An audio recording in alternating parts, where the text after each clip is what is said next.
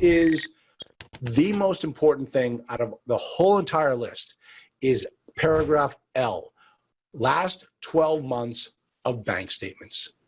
You want that. You need that. You're buying a business. There was no business in the world that you would buy if you couldn't see what type of deposits this bank has made over the last 12 months. And this is what's key. You just want to start with the deposits. The guys, well, yeah,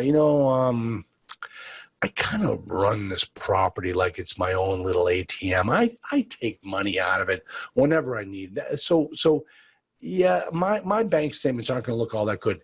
The answer is, I don't care. I don't care what you do with how you spend your money. All I care about is how much money goes into the bank account every single month. I want third-party verification that that is exactly what's going on here. And please, I need it. If you can't give me the bank statements on a business that you're asking me to spend $5 million on, I can't do this deal. And so the other thing they'll tell you is like, well, I own a bunch of properties and I commingle all the properties together. So I can't tell you right now whether this is, how much of the money is for this property, how much is for another.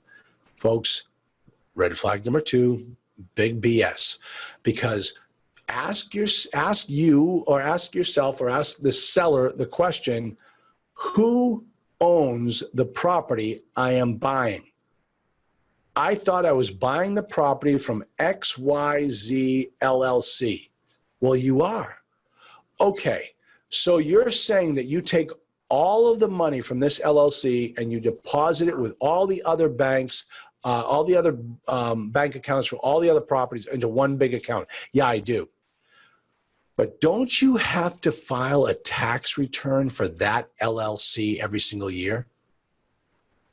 How does your accountant distinguish the deposits from this property versus for the other 10 properties that you own?